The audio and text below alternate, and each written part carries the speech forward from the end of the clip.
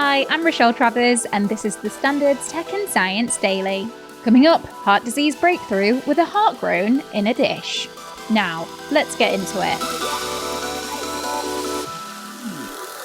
A test launch of the UK's Trident nuclear missile has ended in failure for the second time in a row. The Ministry of Defence said it was due to an anomaly, but concerns have been raised about the effectiveness of Britain's nuclear deterrent.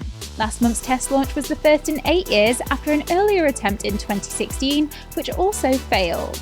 According to reports, the launch was carried out during an exercise off the east coast of Florida on the 30th of January, with an unarmed Trident II missile fired off the submarine HMS Vanguard. The Labour Party has sought assurances from the government in the wake of the incident, calling the missile test failure concerning. Now, London scientists have created a new heart in a dish using stem cells in a breakthrough that could lead to treatments for cardiovascular heart disease.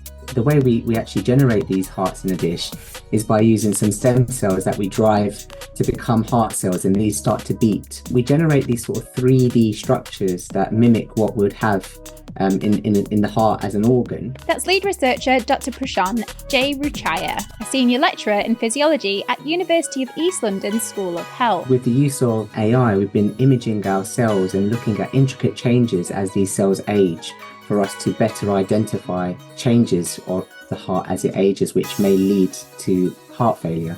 Researchers use technology to grow stem cells and separate them into heart tissue, so they can function like a miniature human heart. We look at these cells along the whole aging process. So we keep them for up to 28 days, and we can start to look at the changes that the cells undergo in terms of their contraction and relaxation. The team hopes to move away from the lab and to the clinical arena for the next phase of the research. Next. We free Julian, we regain our democracy.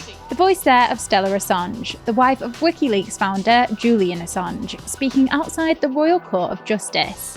Today is Mr. Assange's last chance to stop UK officials extraditing him to the US, and lawyers for the American government will tell the British court why he should face spying charges. It's been almost 12 years since the WikiLeaks founder, now 52, stepped into the Ecuadorian embassy in London to evade arrest. He faces charges for helping former military analyst Chelsea Manning download top-secret intelligence files that WikiLeaks published online.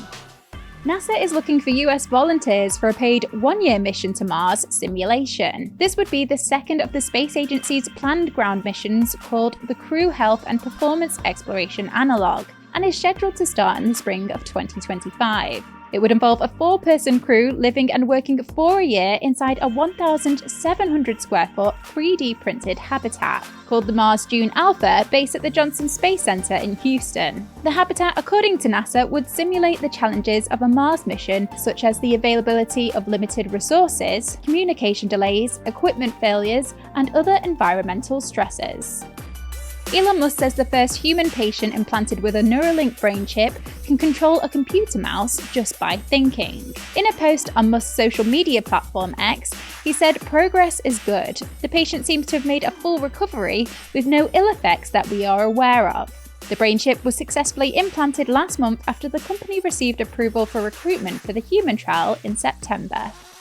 Now, scientists have discovered a new species of snake in the Amazon rainforest, and it's the largest and heaviest snake in the world that we know of. The previously undocumented species of giant anaconda can grow up to 7.5 meters and weigh close to 500 kilograms. Until now, 4 species of anacondas were known, with the largest one, the green anaconda, inhabiting tropical parts of South America, such as the basins of rivers, as well as some smaller watersheds. These anacondas are known for their lightning speed and ability to squeeze the life out of prey by coiling around, asphyxiating them, and swallowing them whole.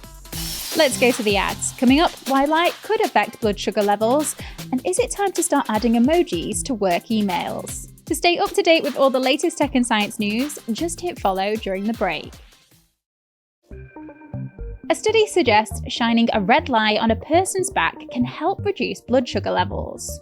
According to the findings, a specific frequency of the light used for 15 minutes led to a 27.7% reduction in blood sugar levels after taking glucose, and it reduced maximum glucose spiking by 7.5%. Spikes are a rapid increase in the amount of sugar in the blood after eating specific foods. The experts from City University of London suggest their findings also indicate significant long-term consequences for human health, including the potential for blood sugar to be negatively influenced by lengthy exposure to blue light. And finally, would an email containing a sad face emoji or your favourite GIF make you feel better when getting bad news at work? Well, according to a new study, it might.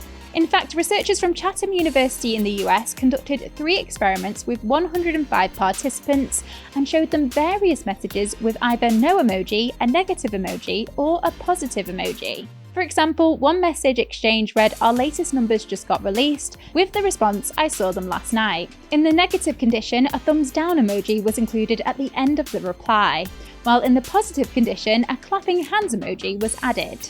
Across all 3 experiments, the researchers found that whether or not they were negative or positive, GIFs and emojis boosted team morale, and they were particularly useful at bringing together colleagues who work from home.